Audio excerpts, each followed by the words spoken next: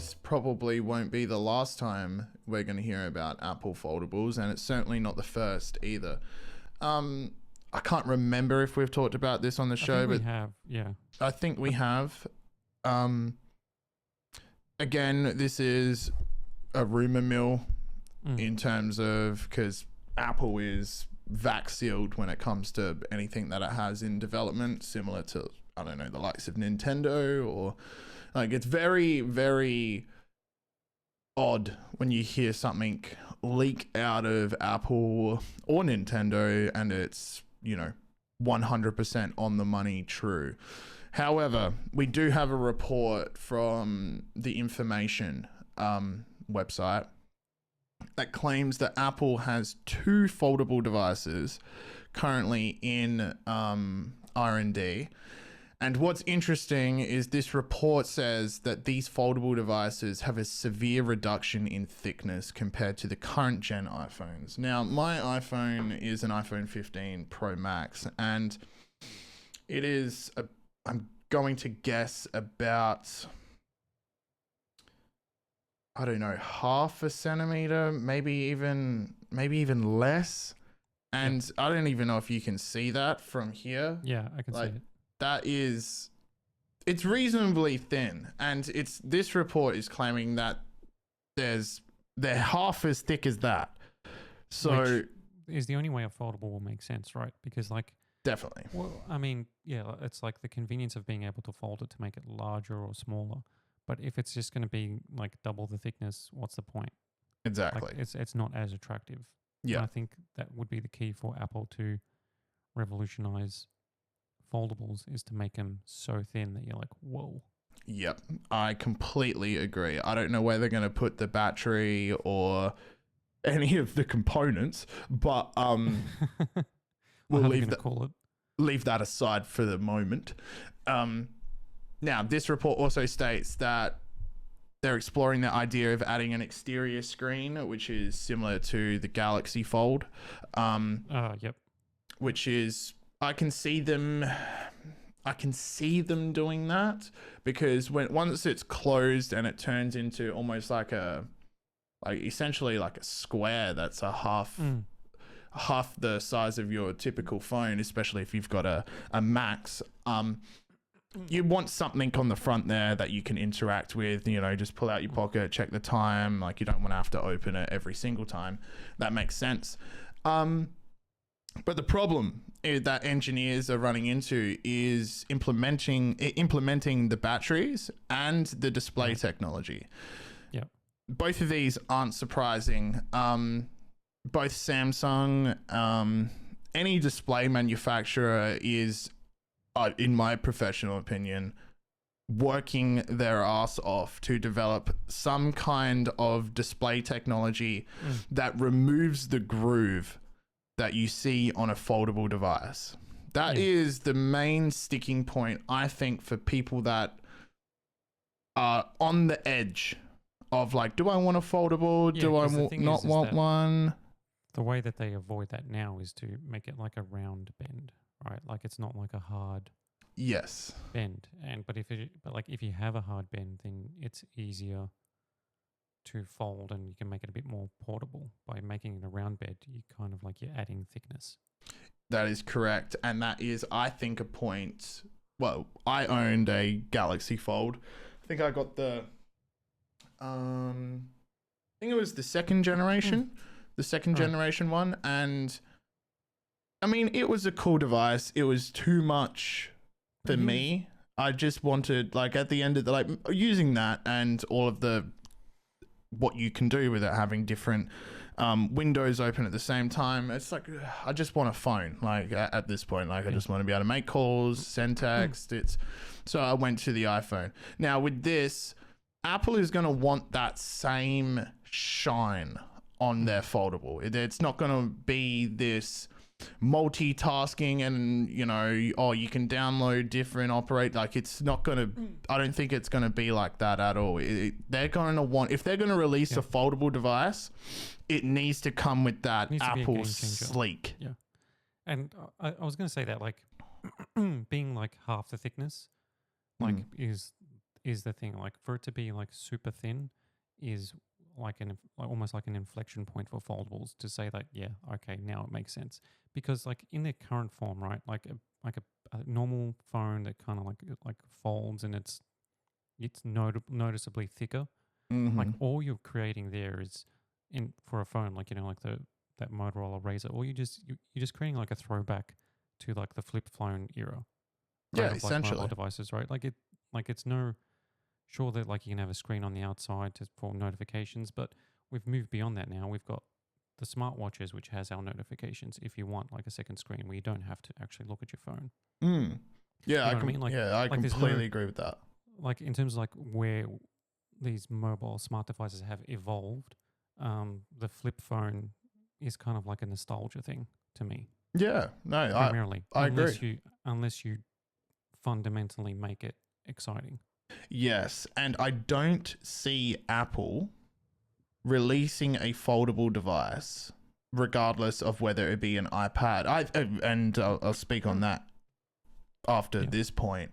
A foldable iPhone or even device at large, unless they have, pardon me, solved the cracking issue, and also I can't see them releasing it with a curve at the bottom. I believe that Apple's foldable device, and this would be that Apple Shine that I was talking about, where they'll demo it and it will just go snap, close, and it will be dead flat on every side, and then they'll have all their weird graphs up and show you that it's completely flat and they've solved this display problem.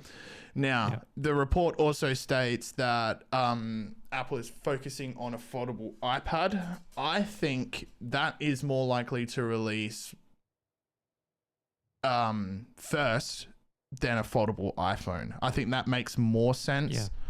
Because there is like a functional thing to that, right? So if you create like a foldable iPad that is seamless, right? So once folded, it's essentially a tablet, right? It's a single screen tablet. Yep. But then when you unfold it, it can be a dual screen laptop, or it can be a larger tablet. Yeah. And then you've got that sort of like, as long as of each stage there is seamless, like you said, like dead flat, like no bends, no visible, like, oh, you can tell this is a foldable, whatever the case is.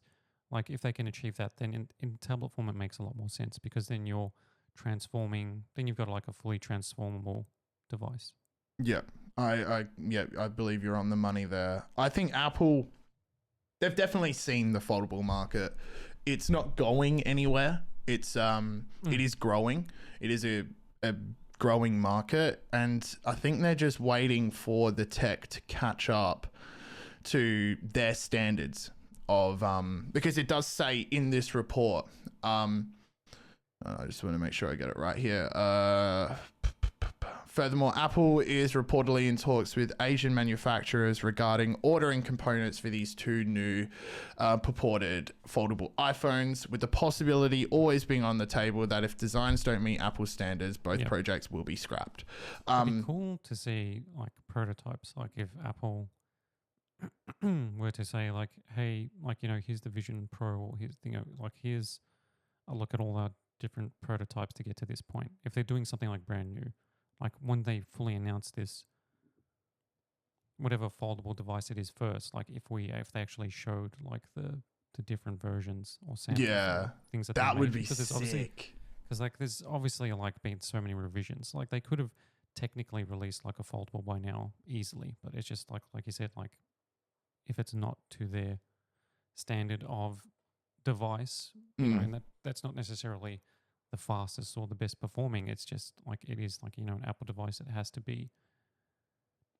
meet a physical design standard, definitely, as well as a performance but then a usability in terms of software and everything like that. Yeah. I think you're on the money there. The report also says that where the development on the foldable iPad is to create an 8-inch foldable screen that would be similar to an iPad mini. Yep. despite the size, making it easier for engineers to fit in all of the batteries and all the components and stuff like that. It will still suffer from the same. Well, current technology is still suffering from the same crease, which I believe would be the deal breaker for Apple. I would be shocked if they released a foldable device that has a crease and a limited number of folds on it before a crack. I think that goes completely against all of Apple's branding. These things, all like any sort of like bendy or foldable thing, they all have like a limited number of folds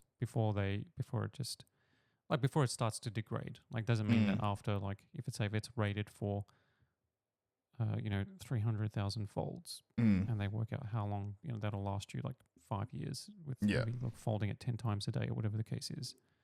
It doesn't mean that after that amount it's going to break instantly, but it's just going to degrade. And they just have to hit that sweet spot of where it's going to last you. I mean, being Apple, how long? They're probably just aiming for like a foldable device to be like, as long as this lasts like 5-6 years or 10 years, that's plenty. Yeah, but I can't see. I can see Apple's showcase of its foldable being. This has infinite amount of folds. You never have to worry about the screen breaking, besides you dropping it and stuff like that. Like these switches are rated for like 60 million key presses or whatever it is. Yes. It's like, well, so this will last you forever, basically. Essentially, yeah.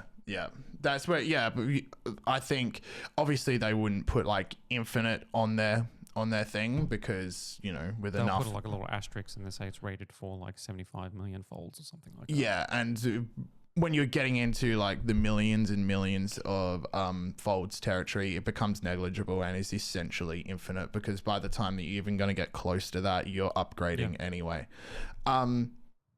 Just to finish off this story here, given the engineering problems and the current state of the display market, to my knowledge at least, this Apple's foldables are years away. Years.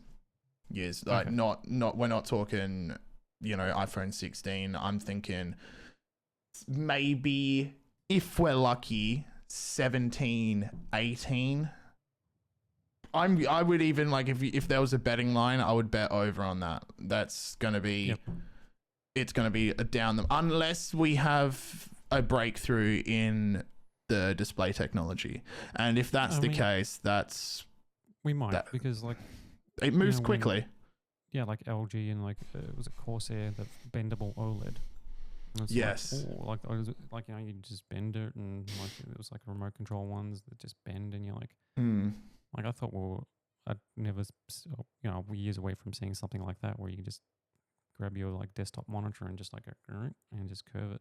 Yeah. Look, I could be wrong. That's like a limited curve, like it's not folding, but Yeah. I don't know enough about pixel technology, and considering someone that does review monitors, but getting into like the really technical aspects of for all intents and purposes, breaking pixels and then perfectly putting them back together all at the same time to create this, I think it might be a leap that, they're working on it right now, but I don't think it's going to be, I don't think it's around the corner per se.